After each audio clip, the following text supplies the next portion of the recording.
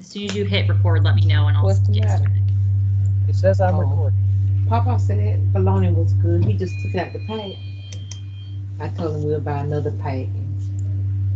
I'm on a conference call. Go put on something cool, cause you look like you're hot. Let me call Gloria.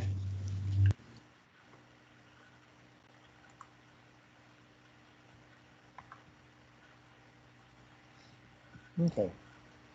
All right, you good, Tom? I think so. Cool. Let's rock and roll. Welcome back, everyone. As everybody joins, we're just going to keep going, but I'll finish up the food security survey. Before the world took over, we were just talking about telling the scores and understanding that once you get the score, you just want to select which range the individual falls within. And it's shown here again, just so that you know, really when it comes to finding where to use the food security survey, just a couple things to remember. Of course, I already mentioned this, but often or sometimes are considered yeses to the question. So they get a 1 point, even if they answer sometimes. It's really just saying, okay, they have at least one little indication that this is going on, even if it's only sometimes. Again, I already mentioned this, but please remember answering yes to one question does not mean that the individual will answer yes to all of the questions. And you can certainly be conversational with this. You can let them know, I know a lot of these questions are similar, but I want to make sure I ask them because they identify different things. So if they need clarification, you can do what I did with you in terms of, 3 and 4 are a little similar, but this is the difference between those two, and kind of walk them through that so that you're getting the information that you need and making sure that they're understanding the question. And I already mentioned that using this as a tool to really understand what's going on can help you to connect them to services in a person-centered way. It's really getting at what those are. And what those include are shown here. Of course, follow your region's protocol to how you want to connect this individual to services. But again, just like the NSI, understand that a meal service may not be the most appropriate solution. Specifically with food security, unlike nutrition risk, you might find that more financial assistance can be a better tool to connect someone to. So a waiver program, like I mentioned, either with housing or medicines to help alleviate some of the current expenses they have and then free up some money in their pocket for some food or other expenses in groceries. SNAP is a big one here, so Supplemental Nutrition Assistance Program enrollment. Check with your region to see what resources are available to connecting them to this. And a person may not be getting enough in because they just don't have the nutrition education to really see how that works. So nutrition education is not just you should eat 5 sources of vegetables and fruits every day. Nutrition education can really help someone to plan a meal on a budget. It can get them ideas on what to get first. If you're going to buy something, this is definitely what you should get versus this. So understand that it's not just what you should eat, but how you can get access to it. That can be really beneficial if you have nutrition education. So again, you can refer them to other things. Again, I mentioned with the NSI, with the FSS, you can pair it with the other assessments to determine somebody's placed on a wait list and make sure that you're reassessing people on their timeline. So most people do this at least every 12 months or when a change in status occurs. So that's it for the NSI and the food security survey. I really appreciate you letting me go through those.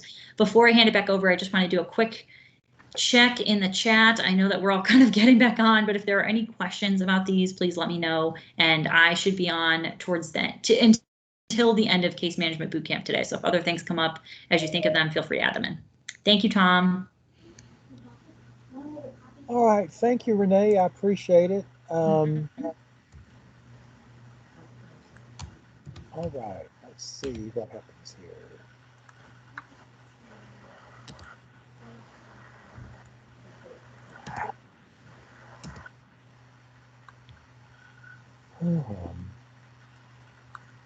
All right.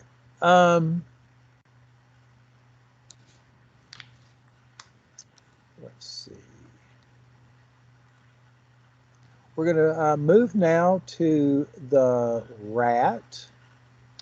And I'm very glad to have Eric Naparella join us. For those of you that have been around for a minute, Eric is a former DAS person, worked with livable communities for a while, and then went to program integrity and worked on the data system and is now at the Georgia Health Policy Center at Georgia State. So, Eric, welcome aboard to our discussion for the RAT. Before we start, just to let you know that not every area agency requires the RAT. I strongly recommend it for case management, but that is a recommendation. It is up to your AAA to make that final determination. So we're going to wander through it a little bit. A bit of history about the RAT. So the Older Americans Act basically says you're eligible if you're 60 or over.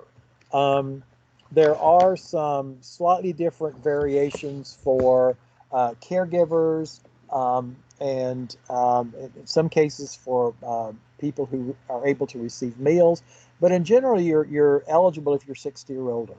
What they've also included is 4 target criteria. And what that means is that if you're not able to serve everybody, these are the 4 populations you should be targeting to ensure that people of greatest need are being served and to maximize the limited use of resources. And those 4 groups are greatest economic need, greatest social need, frail, and at risk of institutionalization. And over the last 2 or 3 years, we've been working to operationalize or identify specific data points that lead back to those 4 criteria so that we can find out how we're doing in serving those most at need populations and ways to improve our service delivery to those folks. So the Old Americans Act says the term at risk means that the individual is unable to perform at least 2 activities of daily living without substantial assistance. That means they score 2 or 3 on the DONR in at least 2 of those ADLs, okay? And is determined by the state involved to be in need of placement in a long-term care facility. So we created the RAT using some research that Eric is going to talk about and some input from the case management redesign team on factors that they found in their practice. And so the RAT gives the ADRC staff and case management staff guidance on which clients to focus on while maximizing flexibility to determine service allocation. Okay. The way the RAT is set up is that there are specific domains, and most of those domains will have 2 or 3 trigger questions. And so if the person triggers in that domain, that will lead you to a more specialized assessment that gets into more detail.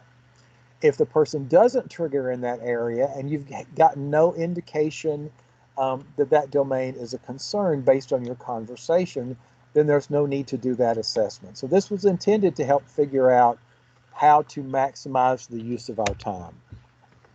So in 2014, DAS contracted with the Rosalind Carter Institute, who partnered with Emory University's Fuqua Center for Late Life Depression and the Alzheimer's Research Center.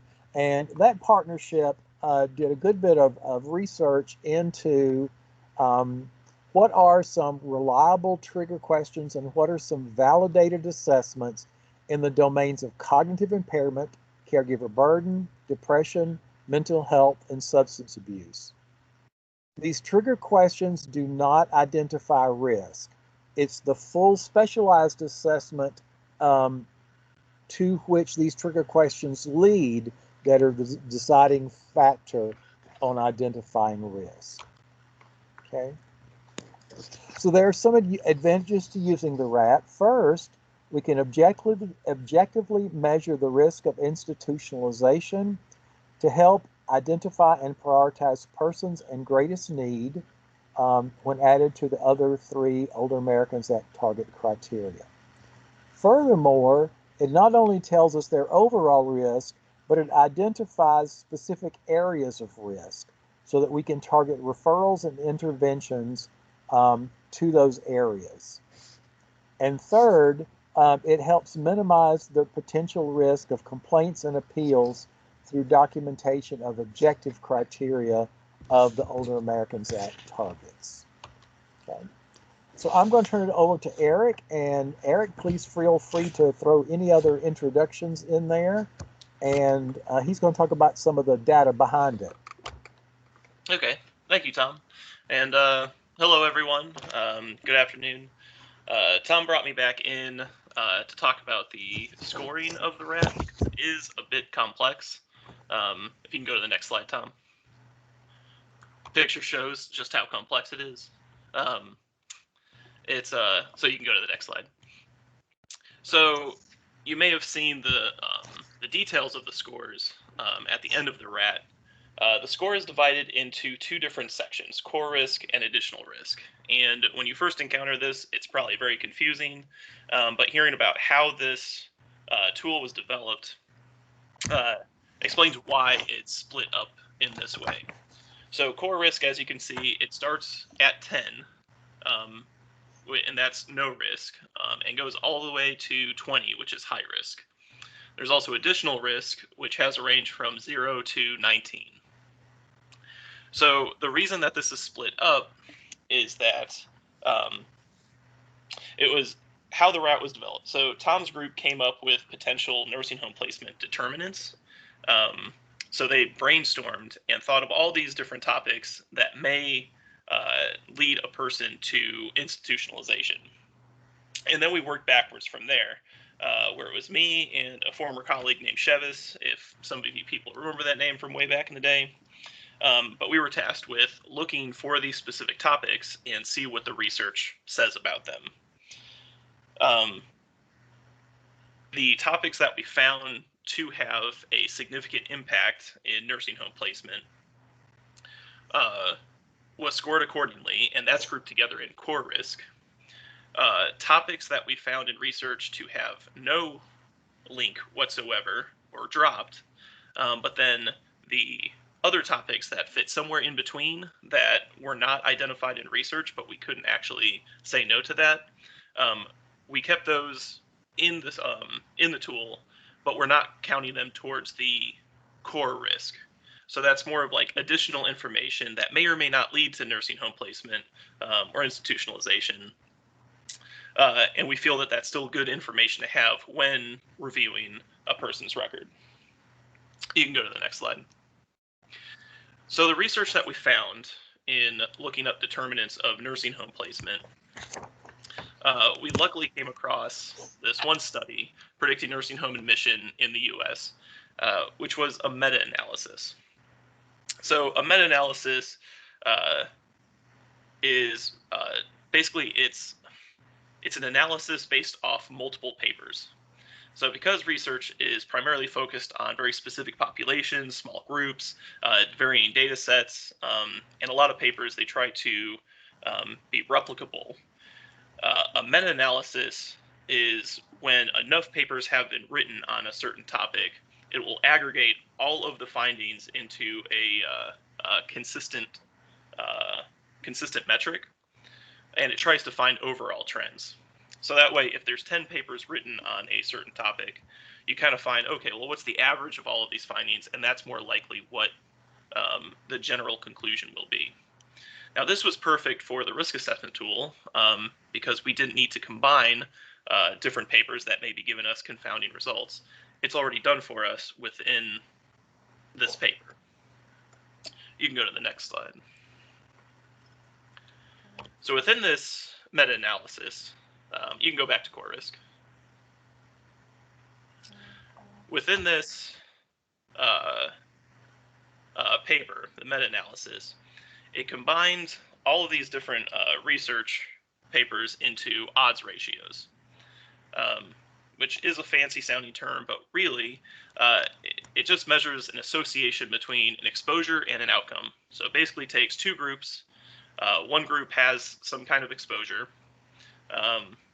the other group does not, and then you measure the same outcome and see, compared to the two groups, if the one group that had the exposure has higher odds of that outcome happening.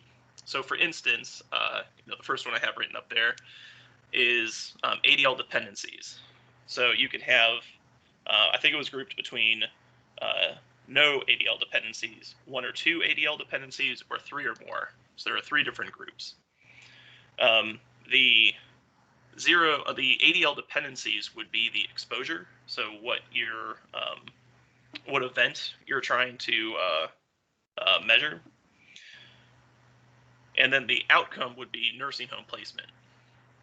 And so the odds of someone with 1 or 2 or maybe 3 or more ADL dependencies would be measured against someone who doesn't have any ADL dependencies. So with that, it's nice because I want to make sure he did. not only do we have scores of saying, which people have higher odds of going into a nursing home, but it's a consistent metric that we can compare against multiple topics. The other good thing about odds ratio is that you can inverse the score. So at the very top is basically how to interpret the results of an odds ratio. If it's 1, it means that there's the exposure does not affect odds of outcomes. So that 0 or 3 or more ADL dependencies, if they have the same amount of, the same rate of nursing home placement, they would just have a 1 odds ratio, which means it doesn't matter. That doesn't actually affect nursing home placement. If it's greater than 1, which the 3 or more ADL dependencies does have, it means that there's higher odds of nursing home placement. If it was less than 1, then it would be lower odds, or as they say, protective. So home ownership is an example of a protected factor. So it was less than 1, and it basically stated that if a person owns a home, they are less likely to end up in the nursing home. We don't know exactly why that is. It could be that they already have a place to stay. They're more obstinate to stay at home because that's their home, understandably. Or maybe it's just it indicates that they had enough resources, or enough resources to be able to stay out of the nursing home. But again, we don't really necessarily care why it impacts nursing home placement. We just want to see the outcome.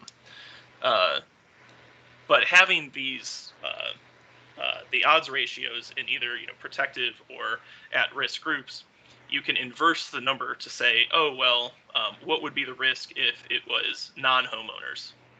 And that's actually one reason we have home ownership in there. You can go to the next slide.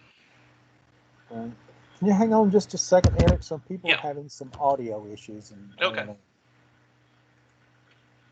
to see what's going on with that.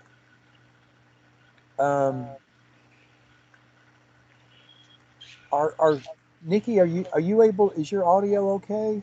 Yeah, I can hear fine. Okay, so there's a few people that apparently are having some difficulty with the sound, and I think the suggestion of reloading and whatever. I don't know what else to tell you. There was in the meeting notice, there was a telephone option. You may be able to try that, but you would need to make sure you mute your computer so you don't get feedback. So we may have to try that. So, okay. I'm going to go back to Eric now. Sorry, Eric. That's okay. There's been a bunch of beeps, and I wasn't sure where they were coming from. So. Gotcha. Let's see. Current slide. Let's do this. Okay. Actually, you could stay on this for one more second. Oh, excellent. Good. So, as I said, with the odds ratio, the 1, instead of being 0, the 1 stands for there are no differences between the groups. That's why the core risk has a minimum of 10. Is because everyone gets scored at least 1 on every single topic that we're taking this this odds ratio from. So, I mean, that would say I think there was 10 topics that were identified in research and that we know from research contribute to nursing home placement. So that's why 10 means that there are no associated risks with nursing home placement. But with every odds ratio that's greater than 1 keeps adding to that core risk of, X times more likely to land in a nursing home. So that's core risk. Now for additional risk, which is the next slide. These were the topics that we could not find in research to be linked to nursing home placement. But because we couldn't find it in nursing home placement, we couldn't deny that they may have had some associated risk with it. So the core risk gives us a reasonable confidence of the associated risk. We have something to point to and say, from this research, we believe that this person is more likely to fall within institutionalization. The additional risk is meant more to break ties or give additional information to the caseworker when triaging potential clients. So that way, if for some reason, let's say 2 different clients have a core risk of 15 and you're wondering who to put in, if one of those have, additional risk totaling 3 versus the other that has total risk of like 18, you would be more likely to go with the person that has the associated risk of 18. You go to the next slide. Now, we did not mean to make the scoring this complicated. It's just what the research came to. But we do, and DAS intends to simplify moving forth. We want to be able to confirm or deny those associated risks. To be able to say, yes, this contributes to potential institutionalization. No, it does not. But before we can make that claim, we would have to collect enough data to be able to run the analysis to do that. Once we do that kind of analysis, we'd be able to remove unnecessary questions if they're not linked to institutionalization, and then we can simplify the score to just one set, where you just see one number, and that's it. So that is the breakdown of how we develop the score and why it's a little bit complicated. If anyone has any questions. Oops. Nikki, any questions in the chat thing? Nope, there's none in the chat. Okay. All right. Okay, thank you all. Thank you, Eric. I appreciate it.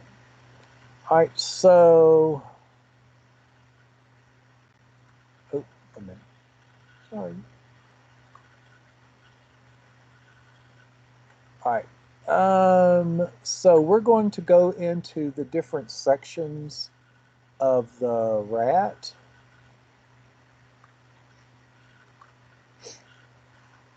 So in 2013, we had a case management redesign team that met a few times. These folks identified some risk factors based on their field experience. And as Eric mentioned, our research team took that information, compared it to the data to come up with the domains and the weights.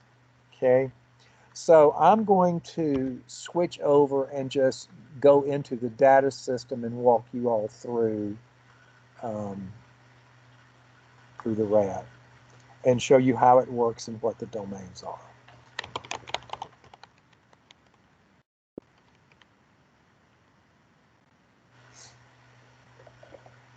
Okay.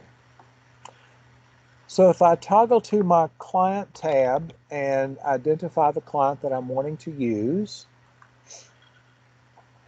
I'm going to go to my assessments tab and I'm going to select the RAT. Now I'm going to do one that's already completed just because it's easier to kind of wander through. Okay, so the top point, I'm going to fill out all of my basic information. The first time when I first opened this record, if I click File and Save Assessment, it's going to auto-populate sections A and B. So what section A does is it's going to pull the latest completed DON-R, transfer the level of impairment into the respective domains here, and then it's going to figure out and auto-populate what that odds ratio is. So if they're impaired in 1 or 2 ADL domains, they get a score of 1.88, which means they have a 1.88 greater chance of going into a nursing home than someone who is not impaired in those 2 areas. Okay, if there had been more than 2, that number would have been a 3.25. So being able to look and interpret the numbers becomes really, really helpful. In this case, the person had no unmet need for care score, and so the total score here was 0. If they had some unmet need, then this would have been a 1. Okay, so both of these auto-populate from the latest completed DON-R. Section 3 is a section on health and wellness, and this helps us understand the individual's access and use of health and wellness activities. Okay, so I want to find out, first of all, does the client have a primary care physician, and or do they use the emergency room frequently or in lieu of primary care? These 2 questions have no correlation based in the research, but they are important because if the client is not using the healthcare system appropriately, then one of our interventions might be to help them access a medical home so they have and understand how to use the healthcare system more appropriately. Question 3 looks at how well their chronic conditions are managed and the impact of those chronic conditions to their daily routines. This helps determine perhaps the appropriateness of a referral to some kind of chronic disease management program or one of the other evidence-based programs. Okay, does the client have a prior nursing home admission? This number is correlated to research. So again, if I put no, this is scoring 1 for each of these areas. Okay, if I change this to yes, my score increases by about 3.5. So prior nursing home admission is a strong correlation to nursing home placement. Again, knowing these odds ratios will help identify significant factors and help you target interventions and determine the final risk score. Okay. Section D is prior unplanned hospital use. And research suggests that hospitalization within the past year is correlated to an increased risk of nursing home placements. So again, if I have no, it defaults to the 1. If I say 1 or more, it has a slightly increased risk. Okay, so here is where I would put any comments about the number of hospitalizations, the reasons, any of that kind of information. There's also a red question to where if they've reported 1 or more visits, were any of those rehospitalizations within 30 days of discharge for the same condition? And if the answer to that, while it's not scored here, is yes, that might be an opportunity for a referral to your hospital care transitions program. Okay. So risk of falls. Where possible, these trigger questions were derived from research embedded sites. These 3 questions come from the CDC fall risk assessment section. So has the client fallen in the last year? Are they unsteady when standing? Or does the client worry about falling? If the answer to any one of those is yes, you see this 1.2, so it's a slightly elevated risk than if there were no concerns. The recommendation here is if in fact they score yes to any of these questions, that we provide them the Stay Independent brochure from the Steady Toolkit that's available on the CDC website, and you can print it out and give it to them or direct them to that website so that they can take a self-evaluation of their risk for falls. Okay. Cognitive impairment is shown to be a very strong predictor of nursing home placement as well. Okay. So the first question here is there a medical diagnosis of cognitive impairment? And this is a specific medical diagnosis from a professional, okay? Or the person is taking some kind of medication specifically for persons with dementia. So for example, if they're taking Aricept, that would count. So if they have a specific medical diagnosis or taking a medication, you can go ahead and click yes, and you're done with this section. And you see the score is 2.54. So someone with cognitive impairment is 2.5 times as likely to go into a nursing home as someone who doesn't. Okay. If the answer here is no, then you get this whole bunch of other stuff. Okay. And this tends to freak people out with all the stuff in it. Okay. In this section, you're only really asking 2 questions. The rest of this is text to help you ensure fidelity to the instruments and some practice runs. So you're only doing 2 things, okay? One is the 5-word short-term recall, and the second is an oral version of the trail making test, okay? So we'll walk through that in just a second. So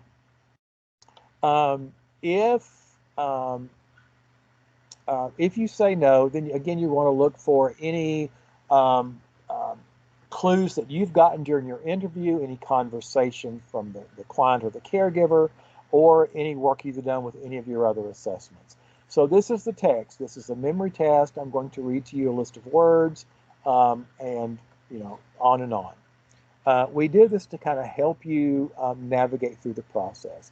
So what I'm going to do is I'm going to read you these 5 words and listen carefully, and please repeat them back to me. I'm not using the exact text, okay? So I'm going to tell them Faith, Velvet Church, Daisy Red, and ask them to repeat back, and let's say they did 4 of those, okay? This is not scored, but it's their practice run, okay? And so I'm going to ask you the same words a second time, just to kind of reinforce that knowledge. So let's say they got the same 4 the second time, okay? And then I tell them, please remember these words. I'm going to ask you to recall them later. So on the MOCA, which we'll talk about next week, there are a series of blocks with numbers and letters. And the instructions are to start with the number 1, draw a line to the letter A, then to the number 2, and you're going to alternate numbers and letters. All right. This is the same thing, only I'm doing it without the paper. Okay?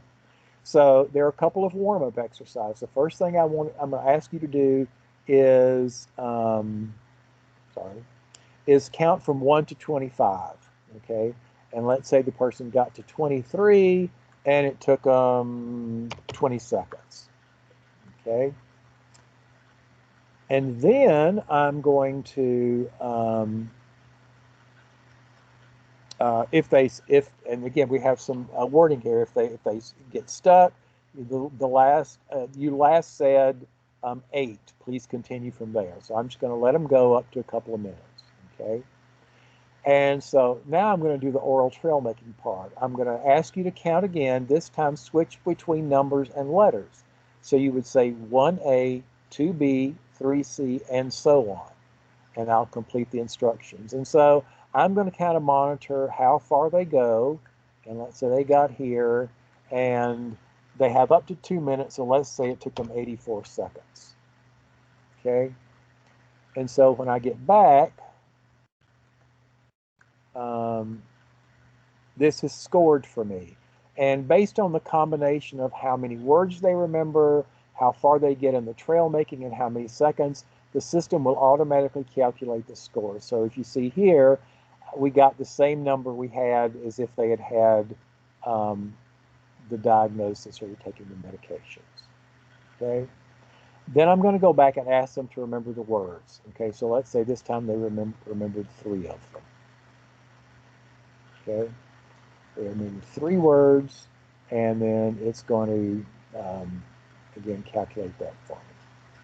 Okay, so here's what we've got. We have the instructions. So that based on the scoring, if in fact they trigger for the MOCA.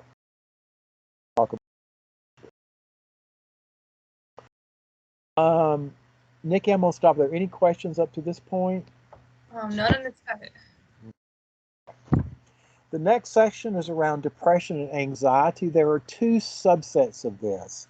The first 2 have to do with anxiety, and these are questions. This is the GAD-2. So there are 2 questions, and I have an option of 4 different responses. Okay. And depending on how I respond to these questions, will give me the indication of the potential risk for anxiety. The section set has to do with depression, and this is the PHQ-2. Okay. So you'll notice the scoring changes as I change what my response is. Okay. So I can get up to 3 points per section. Okay. And again, depending on how I do here, I'm going to either go do the GAD-7 or the PHQ-9 or both. Okay. And this is looking primarily at depression and anxiety.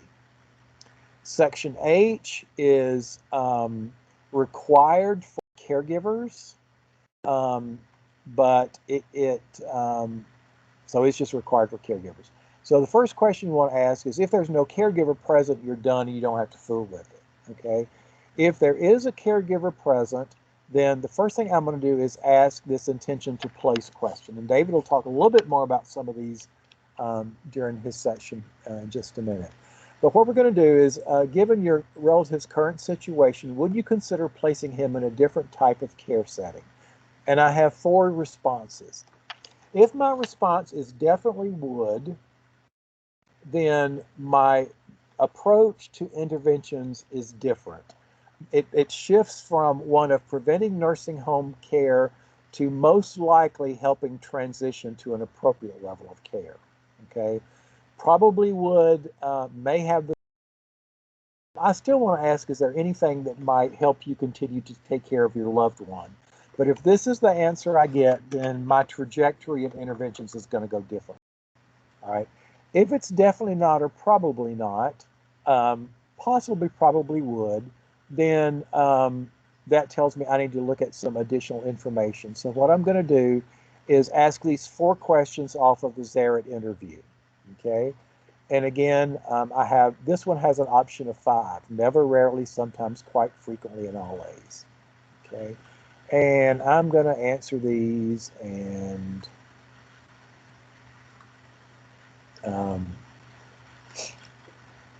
so if the score here is 0, you can assume there's no caregiver burden, unless, again, you've heard something during your conversation that leads you to believe there is. You can certainly go ahead and do the BACUS, even if it's not triggered through this section. If they score a 1, then I want to go ahead and do the BACUS, and David will go into some more detail about that. Okay. There's a section on substance abuse. Now, there's also an NSI question that you can cross-reference. If you get different information, that might be an opportunity for some follow-up. The reason we used the CAGE aid was because it included drug use. And so there's a whole bunch of issues with opioid use currently, and there's a whole bunch of boomers that were sort of experimental back in the day and may still be a bit experimental. And so we wanted to include the use of drugs in here. So there are 4 questions. They're all yes or no. And CAGE is sort of an acronym for for the questions themselves. And I'm sorry, every time I click on something, it bounces back to the top in Chrome. So C is for cut down. A is for annoyed. G is for guilty. And E is for eye opener. Okay, so that's sort of the mnemonic they use to get that. So I'm gonna say yes and no and yes and no. Okay, so again, it tells me what to do. If I score, if score, uh, if score 1 is greater than or equal to 2, then I want to use the audit 10. Okay, so I may still choose to do that as an option. And if I do, I'm going to go do the audit 10, and we'll talk about that next week as well. Okay. Section J is the risk of abuse, neglect, and exploitation. What we had hoped this thing to do was automatically look through the client's file and see if there was any APS involvement. We were told we can't do that. So basically what you're looking at is, does the client have an open case currently or recently? And you're just going to be able to have to ask that from the client. Okay. This really doesn't do anything other than help you understand whether there's some risks for abuse, neglect, and exploitation, or if there's an opportunity to coordinate with APS. Okay. This next section is on social support, and again, there's a cross-reference section to the NSI. Individuals that live alone are found to have a high risk for nursing home placement, as are those who are not married. So if I live alone, again, my number goes up to 1.9. This also helped me look at people who are in greatest social need. Okay, so if the client is married, you see I get 1 point. If I select anything else, I get a higher point. Do they have any person to contact when he or she needs help? All right. If yes, I want to find out who that person is. I want to make sure I enter that information in the contact screen in the client record. This gives me an idea of the extent of their social support. Okay. Environmental risk. The only one of these questions that has a correlation in research is home ownership. And people who own a home are less likely to go into a nursing home than people who don't. Okay, but the rest of these questions help look at the environment in which that person navigates to see if there are any issues that need to be addressed. So are there any concerns about the client's environment? Are there any concerns about their safety in the environment? And is there a lack of primary housing, water, utilities, heat, air, those kinds of things? Okay. Now this doesn't say whose concerns those are. Okay. So the client may be just fine there. Okay. But there are 3 crack houses right down the street and a dive bar right across the street. Okay. So you can document in the comments section that client feels safe, but there are concerns because of blah, blah, blah, blah. Okay. So you can do that. And again, if the client owns their home, there's a higher risk than if they do own their home. Okay.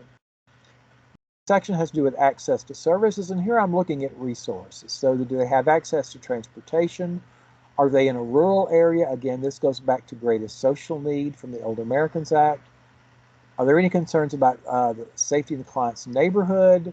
And do they have access to income or resources to afford services? And again, all of those are yes or no questions. Demographic things, this auto-populates from the edit demographics page, so you shouldn't have to fill in anything here. And then I have a notes section to kind of drop in anything that I need to make a note of. All right. When I get down to the bottom, I have a total, I have my scoring section. Okay. So if I look here, this 1389 puts me at the low end of the moderate risk. Okay. And again, as Eric explained, the difference between core risk and additional risk. So based on researched indicators, this person has a moderate risk of nursing home placement. And we know what domains those come from.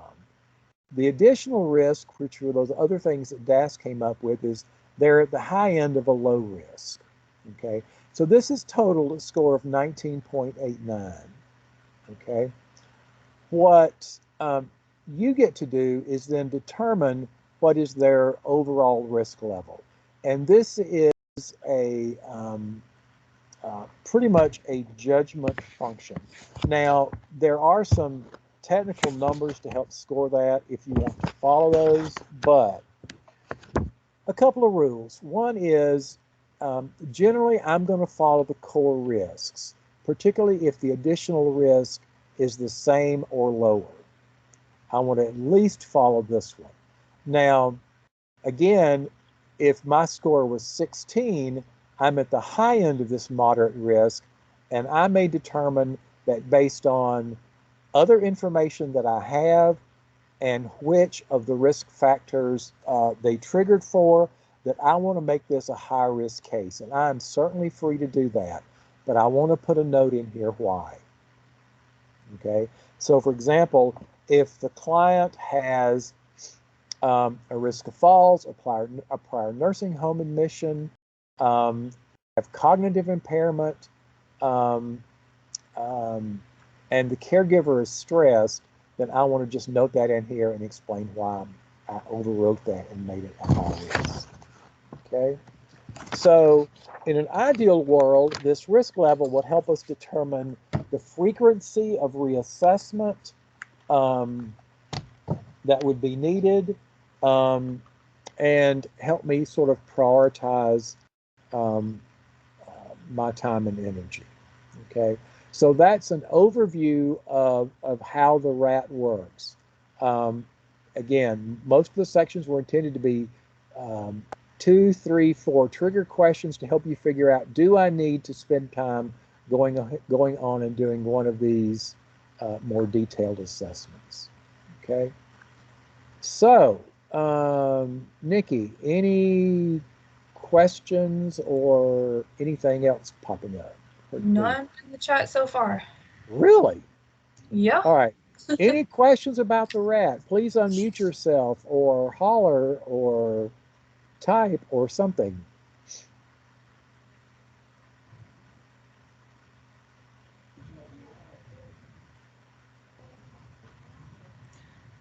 Either we did well or you're completely dazed. I don't know. I guess maybe because we don't utilize the RAT a lot because it's not required. That's probably why it's not a lot of questions, I'm guessing. Okay. All right. So for those of you that are using it, I hope this helped a little bit. For those of you that are not using it, at least you have some exposure to it. So when we do require it, you'll be able to remember everything you learned today. Haha. Okay. Tough crowd. All right. I'm going to, David, are you ready for the Bacchus? I am indeed. All right. So we're going to turn this section over to David Watkins, who is our caregiver specialist. If you haven't had the chance to meet David or work with him, I encourage you to do that. He's got a ton of experience, both from the academic side and being on the DAS side, but also as being a family caregiver himself. So he draws lots of experience. So I'm going to turn it over to David to go through this section. Thanks, Tom, and thanks for asking me to present today. Can you guys hear me? Yes. Okay, I always want to make sure of that because sometimes I will talk a streak and everyone doesn't hear what I'm saying. But anyway, what we're going to talk about is the Bacchus Caregiving Outcome Scale Assessment. As Tom stated during Section 8 of the RAT presentation, if there's a caregiver in place and the 4 Zaret burden questions or the intention to place question are asked or answered in a certain way, it indicates that the BACUS should be administered to the caregiver, and we, for caregiver services in Georgia, have made it a requirement. So there's our Stronger Families for Stronger Georgia. And what the BACUS Caregiving Outcome Scale was created by a registered nurse at Indiana University School of Nursing named Tamerlan Bacchus. So it's a little weird because the acronym BACUS, BCOS, sounds like Bacchus, but you know what we're talking about. It's the BACUS. It's designed to measure life changes in family caregivers of persons who have chronic illnesses. Originally, um, BACUS was developed in 1994 to measure those changes in family caregivers of stroke survivors. However, since then, it has been used for caregivers of those with other chronic conditions. The 10-item BACUS assessment was studied by Bacchus and Champion in 1999 to show effectiveness, gauging those changes for caregivers. And then Bacchus and a number of others published a study in 2006 that showed an improved 15-item assessment, had greater reliability and validity than the original 10-item. And since 2006, the 15-item BACUS has been in use, and that's what we use at Division of Aging.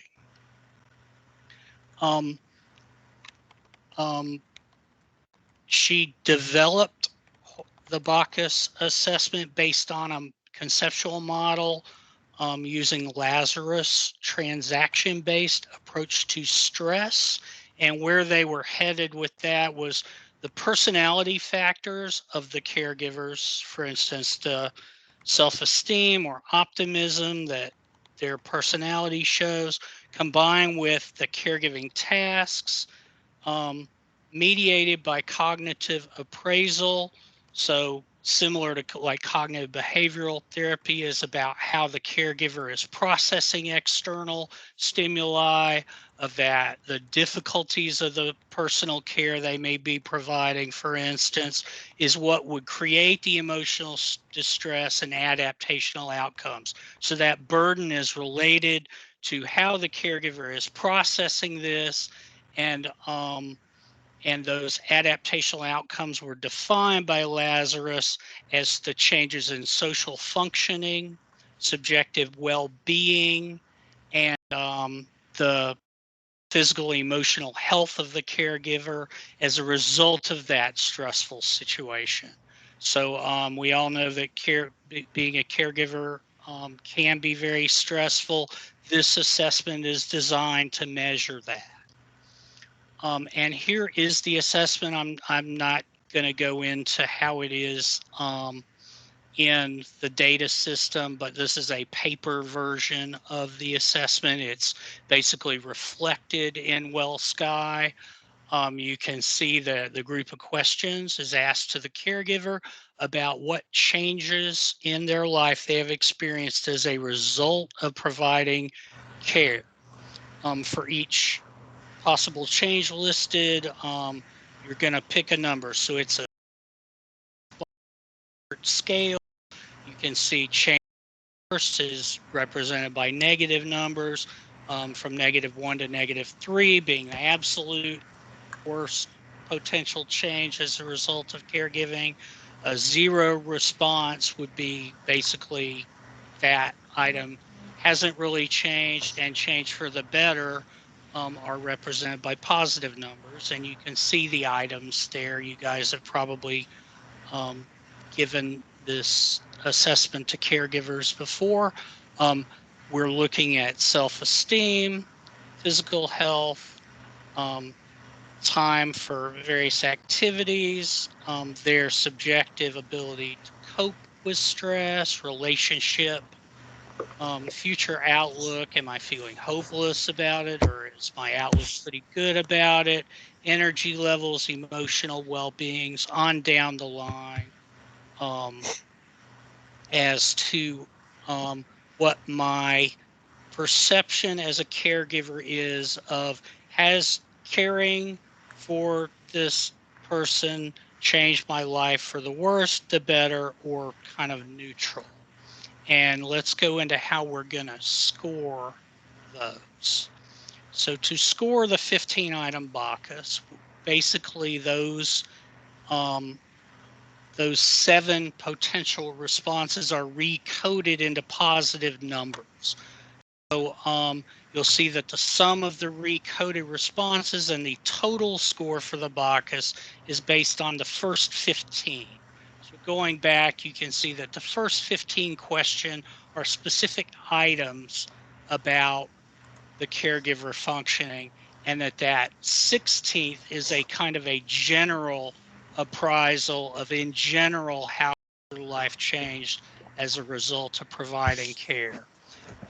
Items 16 through 19 are not included in the total score, and DDS is automatically going to do this recode. I included it just so you'll kind of understand as to the weight of how it's being recoded positively, even though there are negative numbers on the responses. As I said, item 16 is an overall question, and that will help us know how valid the responses and how it lines up with the 15 responses that go into that score are.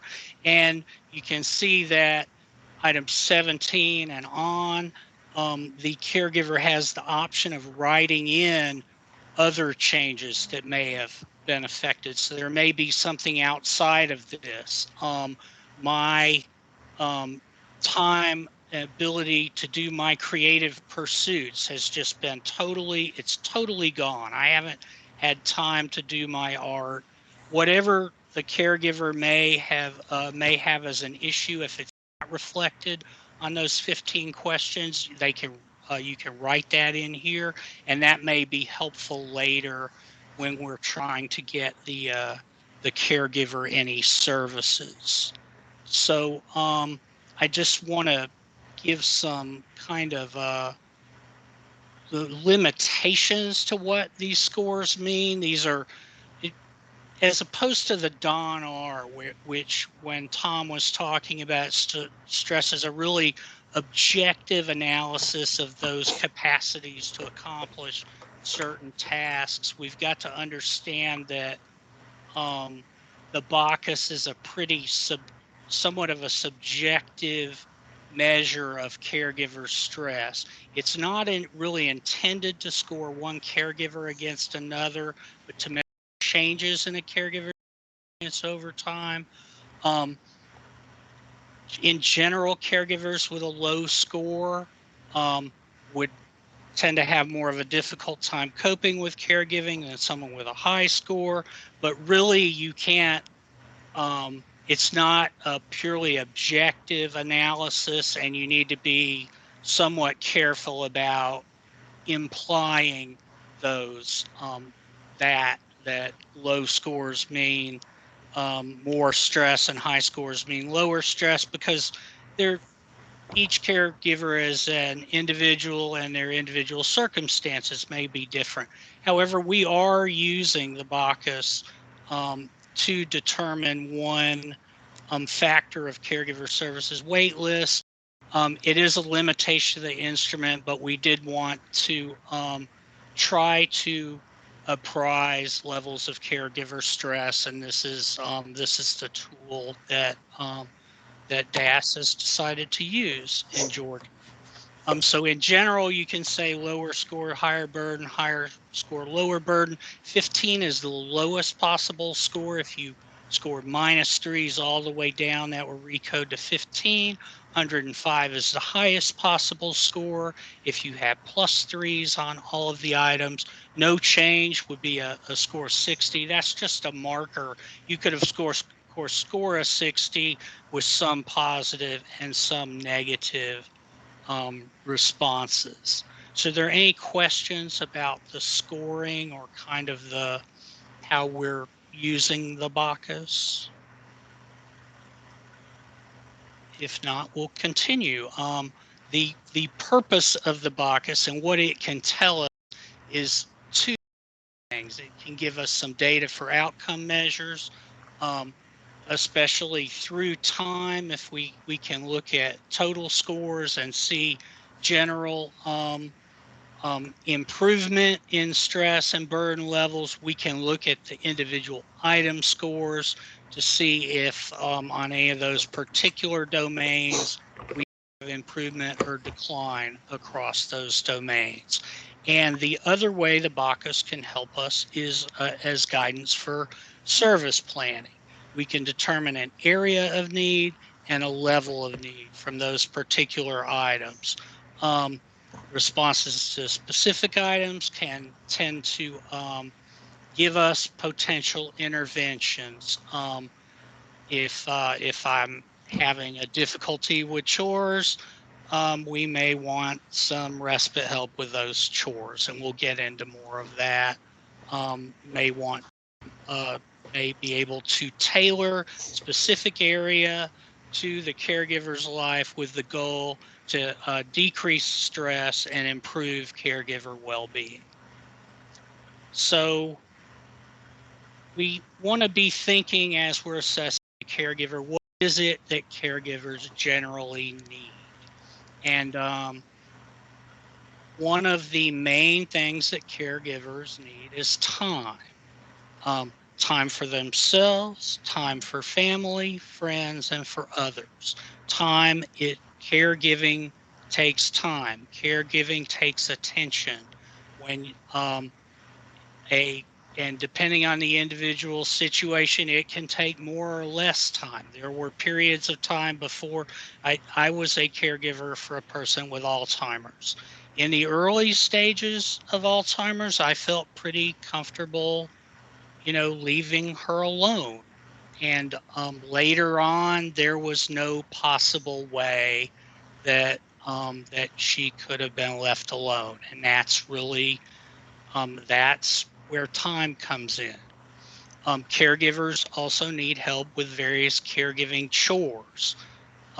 Some chores I could do well for my aunt. Other chores, there was no possible way I was going to attempt to do certain personal care needs with my aunt, and I did bring in home care for that. And later on, she was in a facility. Caregivers, one of my really excellent care consultants told me, sometimes all a caregiver needs is someone to listen to them. They're stressed out, and really being able to just talk to someone who understands what they're going through can be very helpful for a caregiver. I know when I was stressed out, it was very helpful for me to vent, and my wife would tell you I did some of that. To just be able to say look, I'm at my wit's end. I'm not sure there's a solution to it, but I just need to talk about this. And sometimes solutions can come from hearing yourself talk about the issues. Sometimes it's just helpful to talk. And encouragement from others can really help a caregiver. Hang in there. It sounds like you're doing a good job. Encouragement can be very helpful for a caregiver. Also, information and training.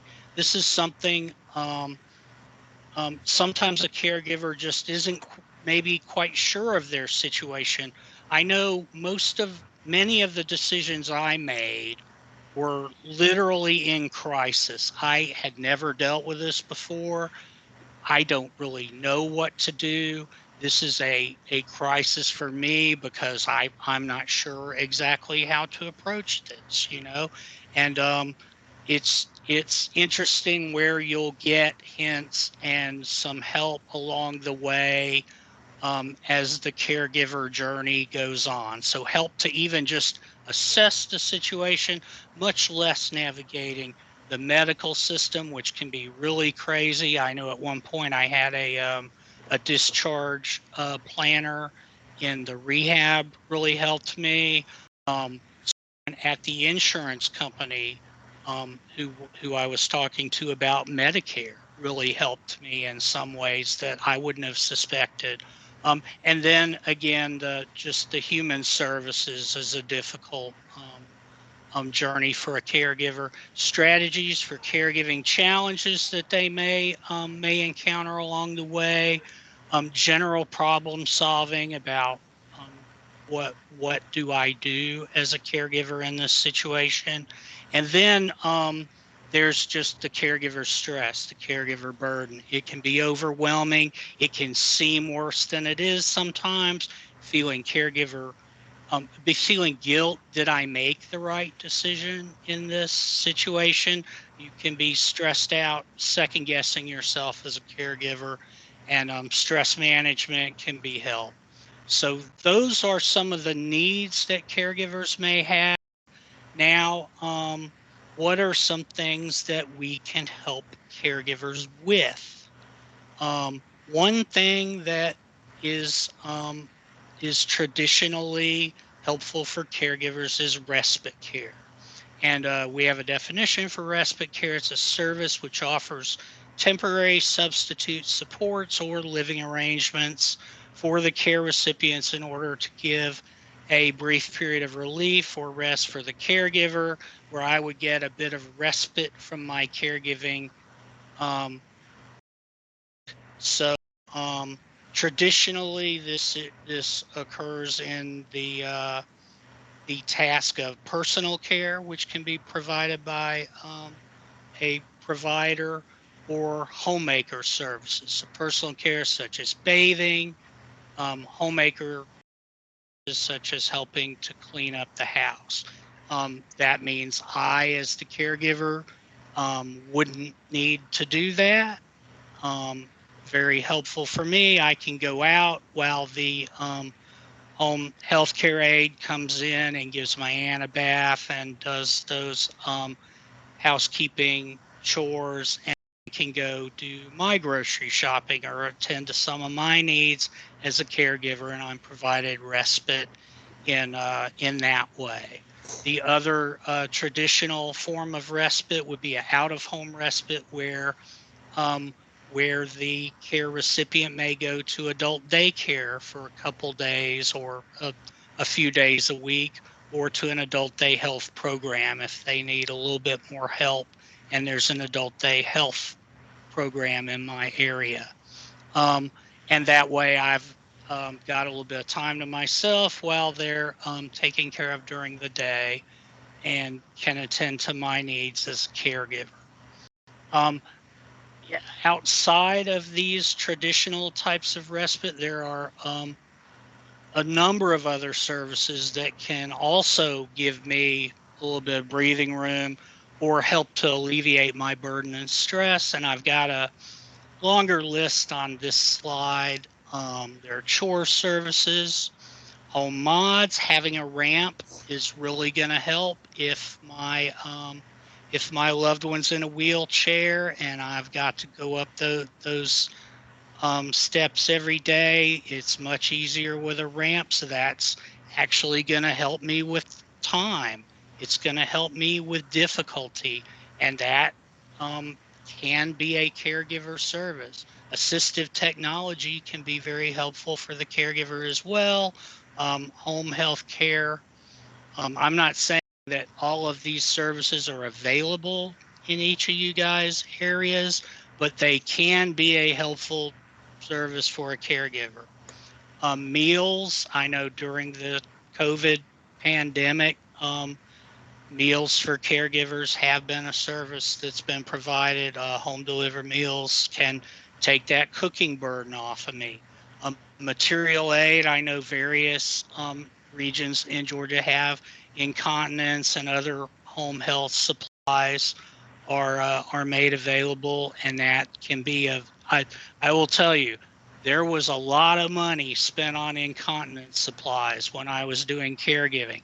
I knew how to carry and which pack of incontinence supplies to buy that I could carry them more easily when I was caregiving. We also, to help with caregiver stress and confidence, have some evidence-based programs. One of the programs we have in Georgia is Benjamin Rose Institute Care Consultation. It's a telephone coaching program where care consultants coach both caregiver and care receiver if they are if that is warranted for the care receiver. Can be very helpful. Powerful tools for caregivers. RCI has a dealing with dementia course that's very helpful for caregivers of those with dementia. One area in Georgia's doing T-Care. I'm not sure anyone's doing Savvy Caregiver, but I know Emory offers that in the Atlanta area. Caregivers could also benefit from counseling, caregiver support groups. There are support groups for those with particular chronic conditions, dementia support groups, or ALS support groups, for instance, that a caregiver could benefit from. I wish we had more specific caregiver training. I know there are various programs that are designed to help caregivers with doing particular tasks. Hoping to see more of that as we go along in Georgia, and various public educational events that focus on caregivers. I know there are caregiver conferences at some AAAs. So where does the BACUS come in? The BACUS can be used to match services to the needs of caregivers. And we just, we recommend that first you would complete the BACUS, complete those 15 items, those additional fields that caregiver may present as being particular needs, review those for what area those needs are in, my self-esteem. If my level of need is, if I check -3, then it may really be helpful if you have a powerful tools or a care consultation program. You might want to refer the caregiver to that, because that's going to help me with my self-care and work on my esteem as a caregiver. So you can explore those specific items on the BACUS, probe those. You don't have to just get the score and write them down. You can ask clarifications and probe for details about those specific items. You know, I'm sure Tom's probably talked about being flexible and collaborative and using a kind of holistic approach in case management. And as you're doing these assessments, keep that in mind and try to find out what are the particular primary sources of caregiver burden, get some clarifications, prioritize those that are greater sources of burden, your -3s, your -2s on the BACUS. Using those particular items, that's where you can kind of create the service plan. Is respite indicated? Would an adult day be possible? You know, you can talk to the giver of how if that's a potential service. And then you're going to create a care plan with those specific plan services in WellSky. Just always be, you know, conscious that a person-centered, kind of family-centered service planning in partnership with the caregiver and including the care partner when appropriate is the way we want to go. I do want to discuss, I'm not going to go into all the individual items and what the potential things are with the BACUS, but I do want to get some general relative areas of the domains of the BACUS. Some of the impact of caregiving can be on the caregiver's physical health, body and wellness. If I'm spending all my time doing caregiving, I might not get to the gym. I might not go out and walk because I can't leave the house.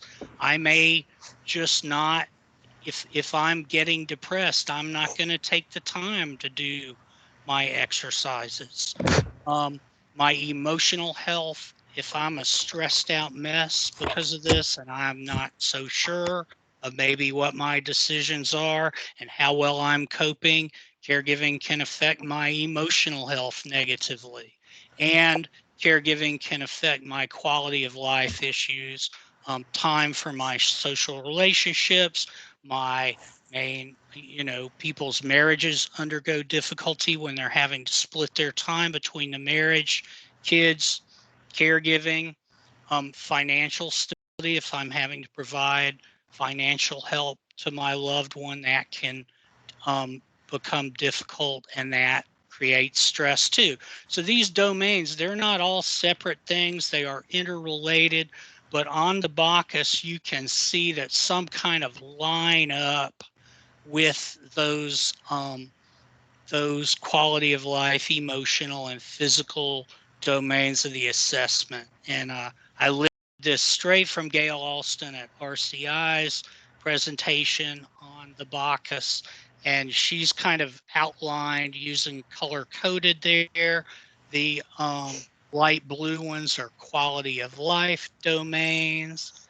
The kind of orange is the emotional domains, and the yellow are more physical domains. And you can see how that lines up. Physical health, ability to cope with stress, they spill over, emotional and physical spills over. But in general, you can see that these can line up with emotional, physical, and quality of life domains as represented on the assessment. One thing we do want to look at is the total and item scores over time. So longitudinal Bacchus scores can kind of help show us whether the services we have in place are helping to ease that caregiver burden. So I just use as a example, as a total score, they may have scored a 38 when the ADRC person assessed them. And then if a provider went out and scored the caregiver in the home, they may have scored a 39, and those may not have been too far apart in time. Later on, after 6 months or a year, whenever that next reassessment was, and if they've gotten some services, now that I'm getting some respite and I've got a bit more time for myself and I've been able to attend to some more of my needs, I may have scored some of those -3s might have gone up to -1s, and my total score may end up being 9 points higher. That next reassessment may improve a bit more, may hover around the same. That may, we can't say for sure that's what it is, but it may indicate that some of those services are being helpful. The reason we can't say for sure is because caregiving is a journey.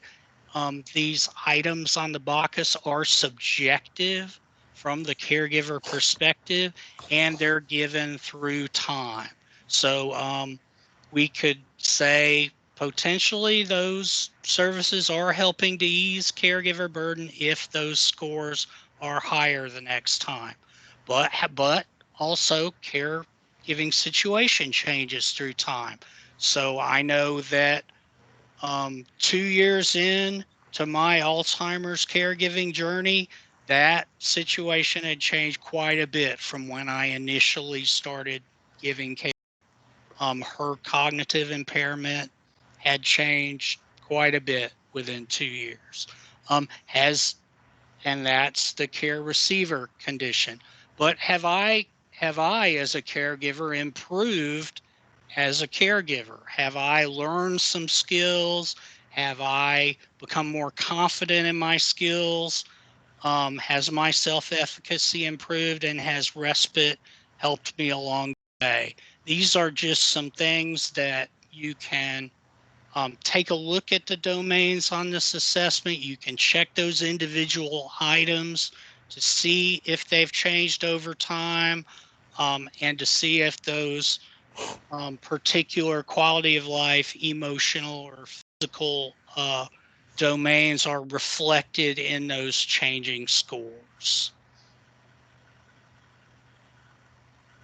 We have some further resources. This slide is lifted straight from the DDS training manual. I think it's elsewhere. I know DAS did partnered with RCI to create some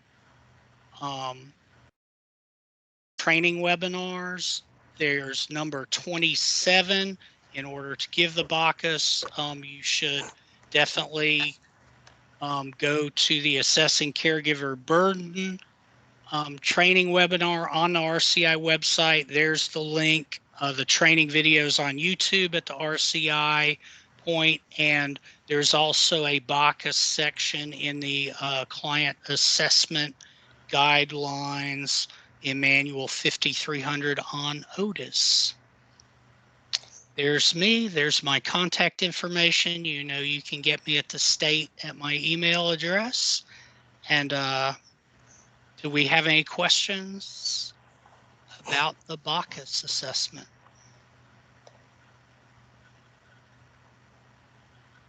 I really appreciate you guys letting me present today, and I'm going to turn it back over to Tom. You can always shoot me an email if any questions come up later.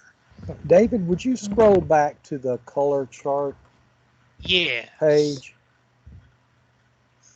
So for case managers, a couple of things you need to know about is first, from now on, when I do case management monitoring and you are working with a caregiver, one of the first things I'm going to look at is your BACUS and the interventions you have set up.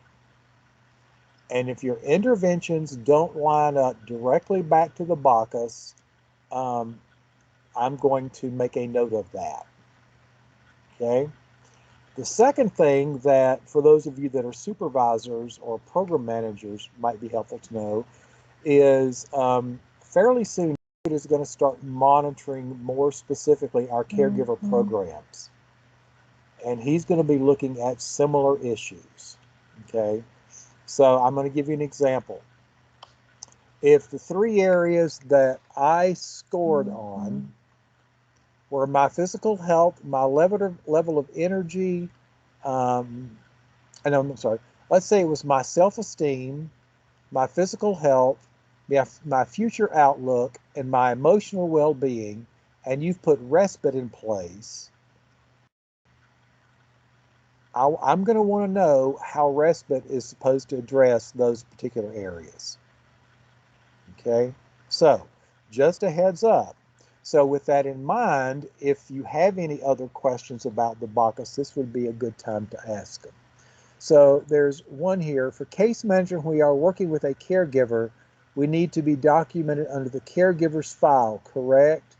Yes, if the caregiver is the client, the assessment should be in the caregiver's record, and the note and all of that should be in the caregiver's record.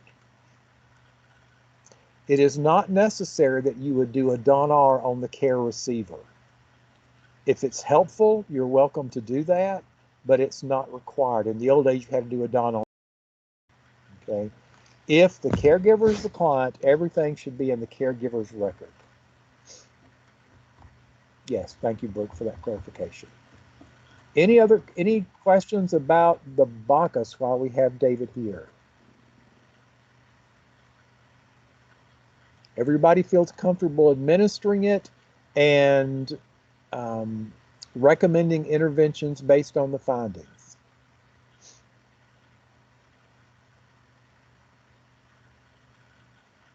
All right, let's see. If both a client care receiver and a caregiver are present during an assessment, is it okay to hand the client caregiver the BACUS to complete or is it necessary to verbally ask the questions knowing that it might not answer as honestly with the care receiver in the room? David, do you want to? I don't have a problem. I prefer to answer things probably as I would prefer to draw circles on a piece of paper. I think some people might prefer to be asked, but I certainly don't have a problem with the caregiver filling it out themselves. And I would agree. The caveat I would do that is while you have the person there, um, I would go over it and ask for any clarifications. Since you're going to use this to recommend some interventions, or if they don't feel comfortable talking with a care receiver in the room, maybe schedule a follow-up call or something. But again, in a person-centered way, I want to engage them in conversation and make sure I understand what these things they've circled means. So, good question. Exactly. Those delicate, it can be delicate, and you can always contact the caregiver, especially if this is part of an assessment for caregiver services. All right. Other questions about the BACUS? These are very good questions. Keep them coming.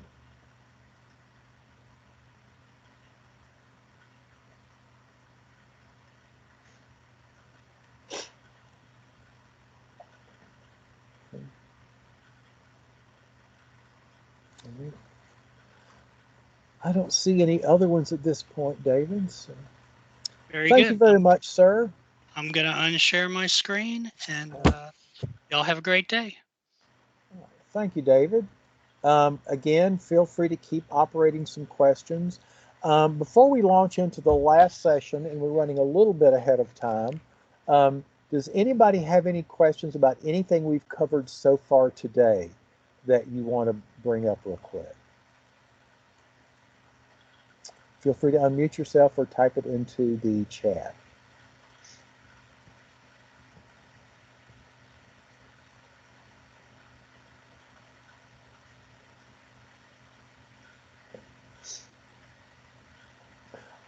One quick note that we have not really spent a lot of time talking about is when I do monitoring, one of the things I look for is consistency among your assessments. So if there are similar questions between the NSI and the DON-R, I'm going to be looking to see, do those responses match, or have you put a note or a comment explaining perhaps some variances? There could be some, but I'm just reading a record. I wouldn't know that unless you put it in there. Likewise, if you've noted on the unmet need for care of the DON-R that the availability of the caregiver is uncertain because of stress, and you have and there's no BACUS, I'm going to ask why. Or if there is one, again, I want to look and see or do the services match. So each assessment independently gathers some information, and when you look at the assessments in total, it provides you a bigger picture and sometimes a clearer picture of what's going on. All right. So the last session today is on the income worksheet and cost sharing.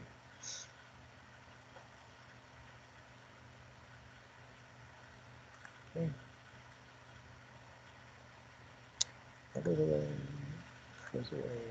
This one. All right. So this one is fairly short. Again, if you have any questions, please raise your hand or type them into the comments section.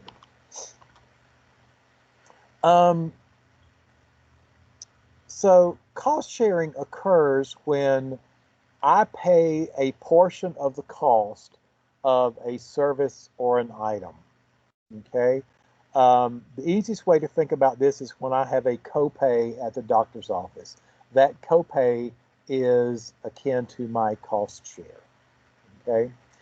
In Otis, we've defined cost share as the payment by a service recipient, and this piece is important, or by another person on behalf of the recipient, of an agreed upon portion of the cost of service, but less than 100% of the cost of service. Okay, so what this means is that, let's say my cost share is $2 a meal, and I tell you I can't afford that. All right, is there someone else, a family member, your church, is there someone else that might pay that cost share for you? So in practical terms, we don't necessarily care where that cost share comes from, but we do want to make sure that clients understand the importance of cost share. Okay. Some things to know about cost share. Nothing is free. Please do not ever, ever, ever tell a client that anything that we do for them is free. Okay. Everything we do, every service we offer has a cost. Someone is paying for it. Okay. And understanding that concept really helps explain the principles behind cost sharing. Okay.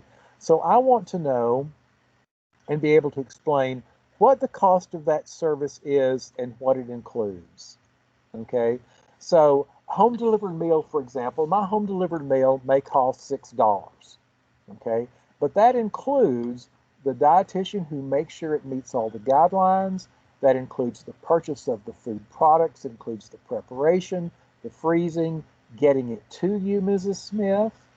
Okay, and so I can explain the cost and what that does, and also the value of that.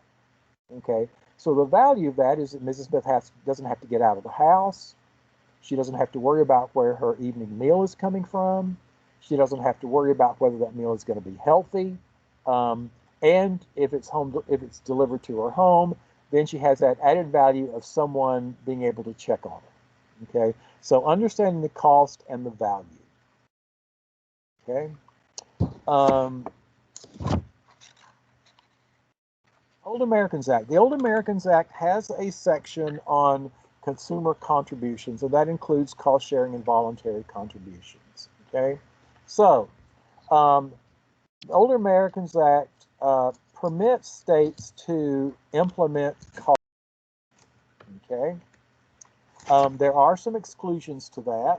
So, for example, information and assistance, outreach, benefits counseling, case management, ombudsman, elder abuse, legal assistance, congregate and home delivered meals, and services delivered through tribal organizations are not allowable for cost shares, and we have interpreted that to mean using Old American. So in policy, we are very specific about there are some services for which Old Americans Act does not allow cost sharing with their funds that DAS allows with non-Old Americans Act funds. Okay. So in determining cost shares, we cannot permit cost sharing by a person at or below the federal poverty line. Okay. Also, we cannot consider assets, savings, or other property owned by the consumer when determining cost sharing. Okay. So those are some prohibitions that we have. Old Americans Act also has some requirements. Okay, those include we have to protect the privacy and confidentiality of each person that provides a cost share or pays a cost share. We have to establish appropriate procedures to safeguard and account for those. That the receipts from cost share must be used to expand the service for which that payment was provided. Again, we cannot consider assets, savings, or property in determining the cost share. We cannot deny a service for which funds are received due to the income or their failure to make a cost share. And likewise, we cannot terminate a person using Old American Act fund for failure to make a cost share. Okay, this is a clarification that we got wrong up until about a year or so ago. Cost shares can only be based on the individual's income. Okay, the individual only. All right. So if Agnes gets $600 in Social Security and her husband gets $4,000 in VA pension, we're only doing the cost share on Agnes's income. Okay, and it is self-declared. There is no verification of income required. And in fact, means testing is prohibited. Okay. In Otis, we have 4 sections that relate to fee-for-service. And this is in Manual 5600. Chapter 2025 is our fee-for-service system overview, and it explains the reasons the information is needed. So if a client is hesitant to provide that, this may give you some good information to explain. It provides the definitions for cost sharing and voluntary contributions, and it has a section on termination for non-payment of fees using non-Older Americans Act dollars. Chapter 2026 is the cost share policy. It includes what services are allowable for cost sharing, which services are prohibited from cost sharing, and the distinction of both of those things for Older Americans Act versus non-Older Americans Act funds. Chapter 2027 explains voluntary contributions, encourages that voluntary contributions be based on the actual cost of services, and includes some suggested contribution amounts. And Chapter 2028 is our private pay services section, and it includes some information about offering consumers the option to private pay, when are some appropriate times to do that, and what are the benefits to private pay. The cost share scale is also on Otis. Historical data from year 2017 and prior is in Manual 5300. Year 2018 and later are in Manual 5600 in Appendix K. Okay.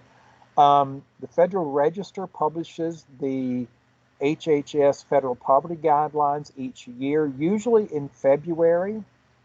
We do our best to update the cost share on Otis and in the data system income worksheet, okay, as soon as we are able to.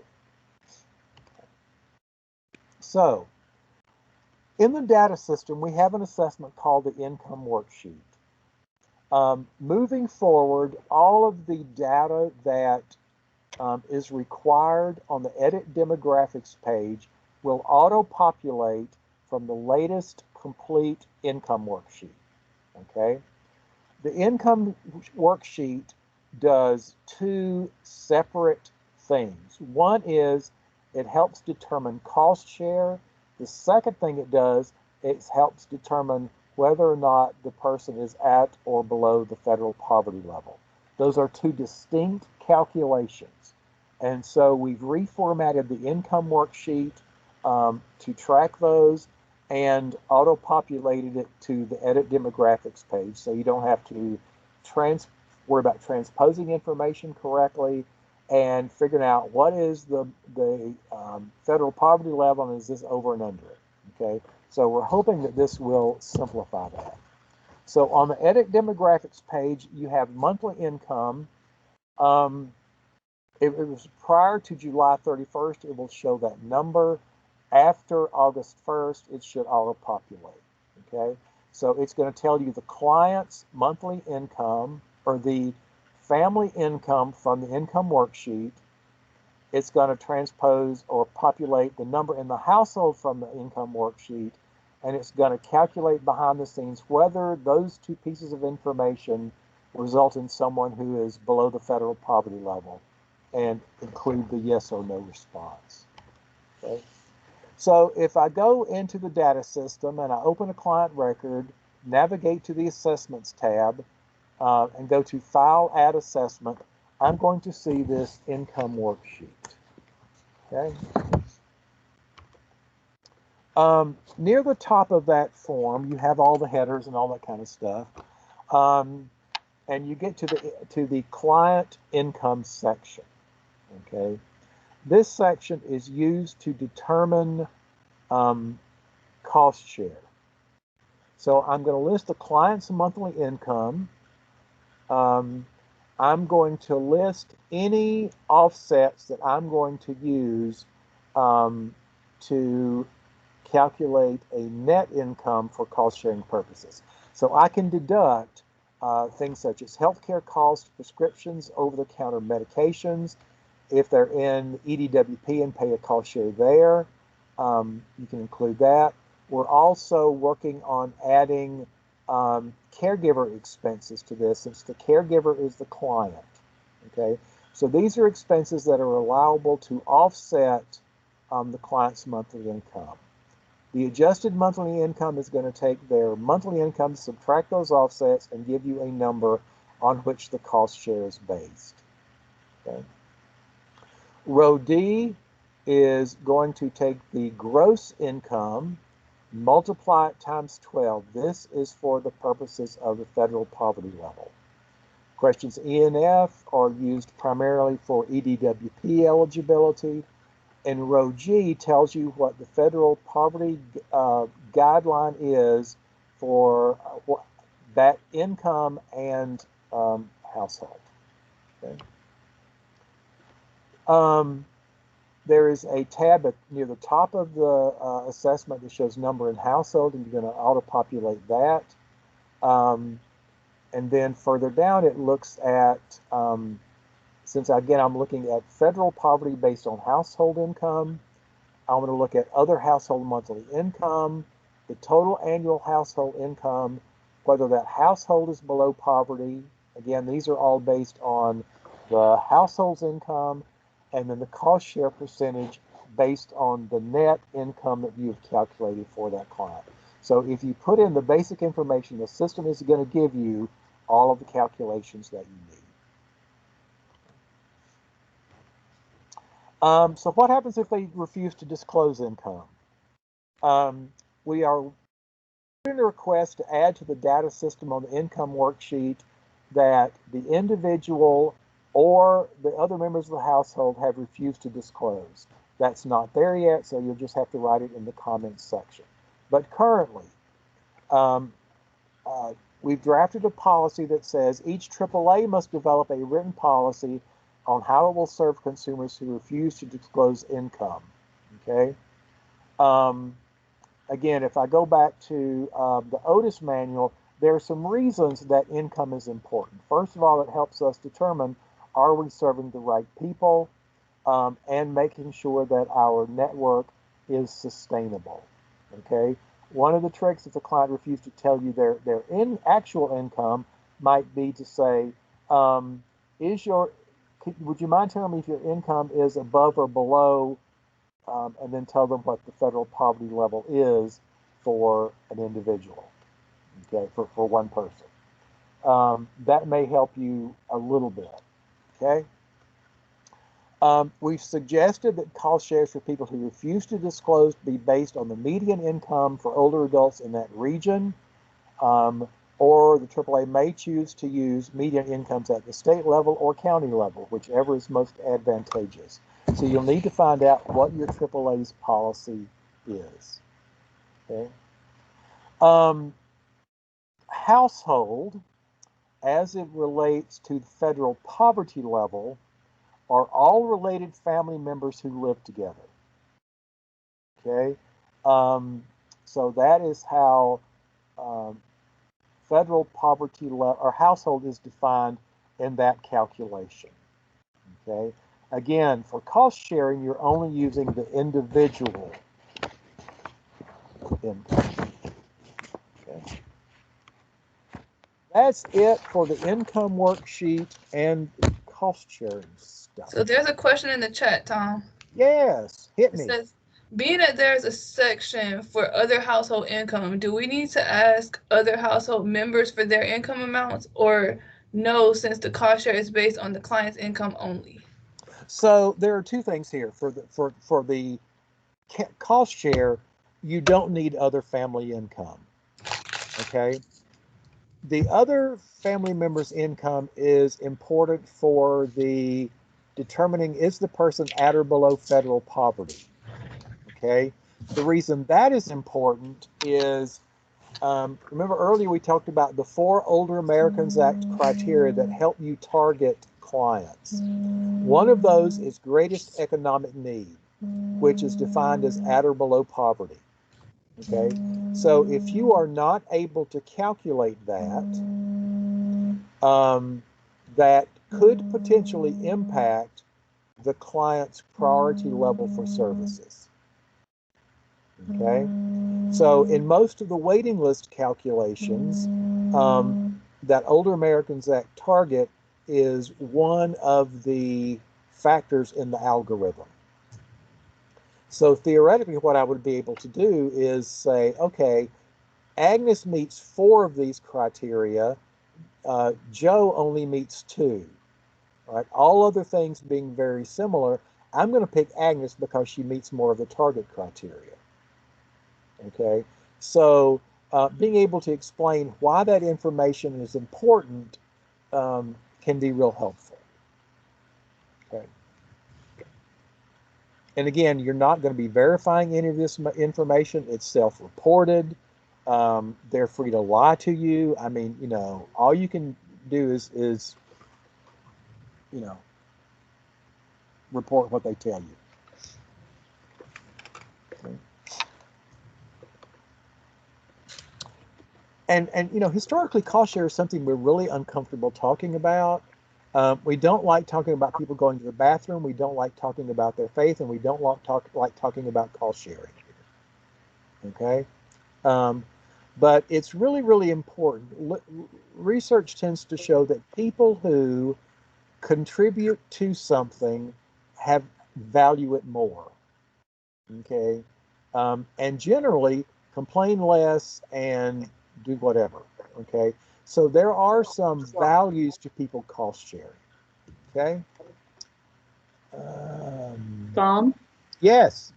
Hi, this is Monica. I am unable to put my question in the chat. Okay. What I want to ask, do we use income worksheet every time when we have work with client and every area agency on aging is needs to use income worksheet regarding the HCBS case management because we were, as a ADRC counselors, we didn't use that so far. And I asked, you know, my supervisor, and she said to check with you. So I'm going to give you my preferences. Okay. My guess is that the ADRC uses it fairly regularly because they have to determine CC or EDWP eligibility. Okay, so my hunch is they're going to use it that way. My preference is, and if it were me and I'm a case manager, and part of my job is to help the client access resources, and I know that certain resources in my community are based on income, I want to go ahead and get that information. Okay, so that helps me not spend my time wasting time or the client's time talking about resources for which they are not eligible. Okay, and it may be that with some questions, they may have sufficient income to go ahead and private pay. There was a question yesterday about, or a comment, I think it was Nikki that said, anytime a client's cost share of 50 or 75%, I go ahead and offer them private pay. And I would probably follow the same thing. So I think knowing that income is extremely important.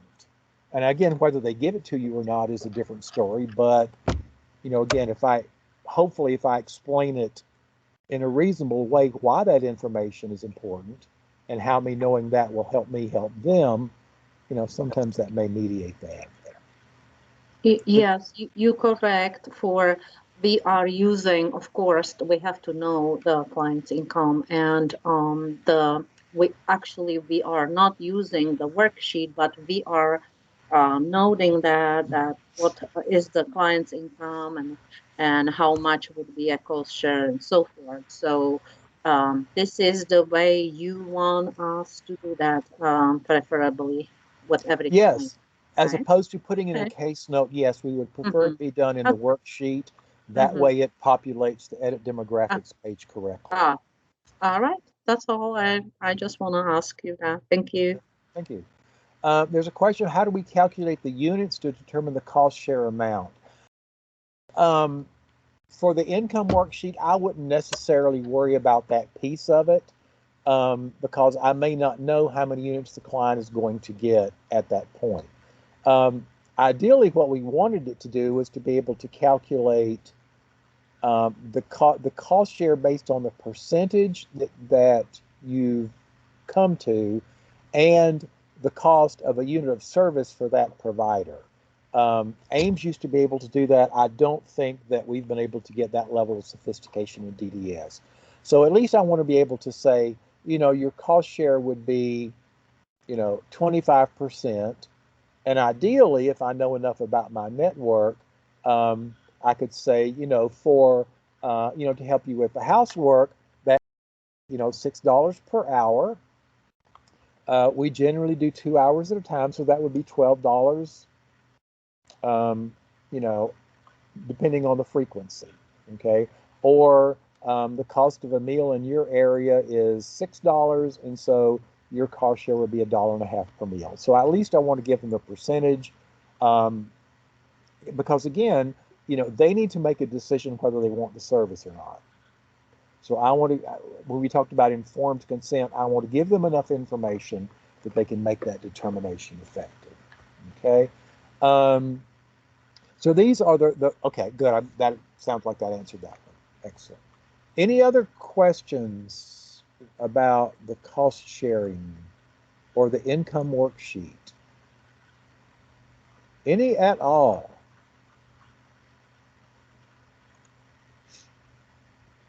Okay. All right. Any questions, any last minute questions about anything we've talked about so far today, either with the DONR, the NSI, Security, Bacchus, RAT, any of these? Is this something you will be looking for during your monitoring, the income worksheet? Yes, it will. Now, let me make a caveat there. I don't expect you to go back and create income worksheets from the past.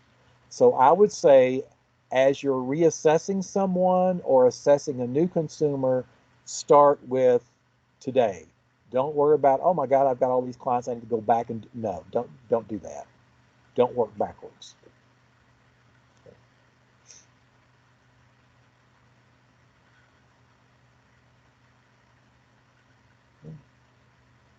All right. As always, if you think of questions later, please email me or David or Renee, and we're happy to get an answer back for you.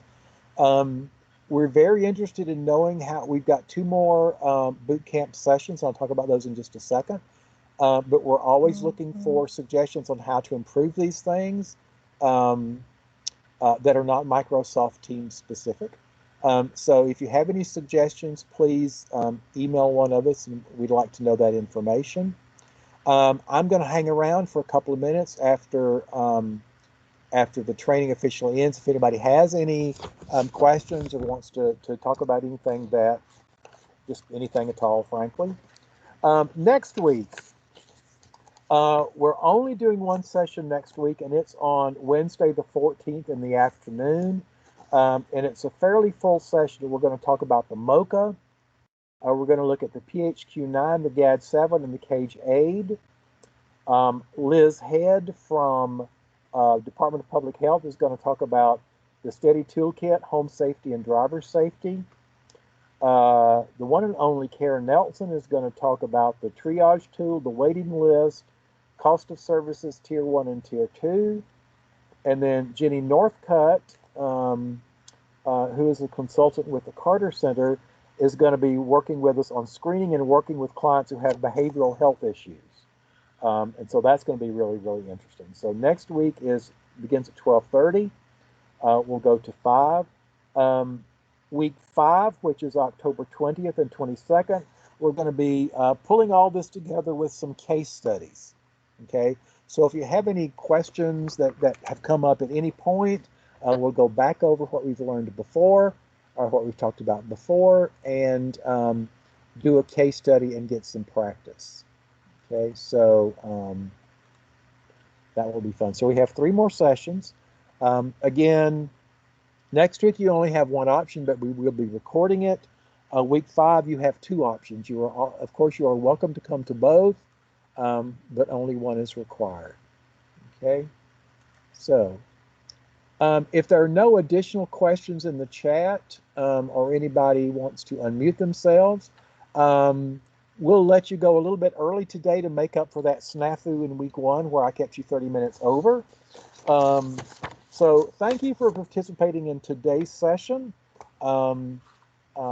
I wish you well. Please be safe, stay safe, but socially connected. And for those of you in the areas that may be affected by this new hurricane, please be safe.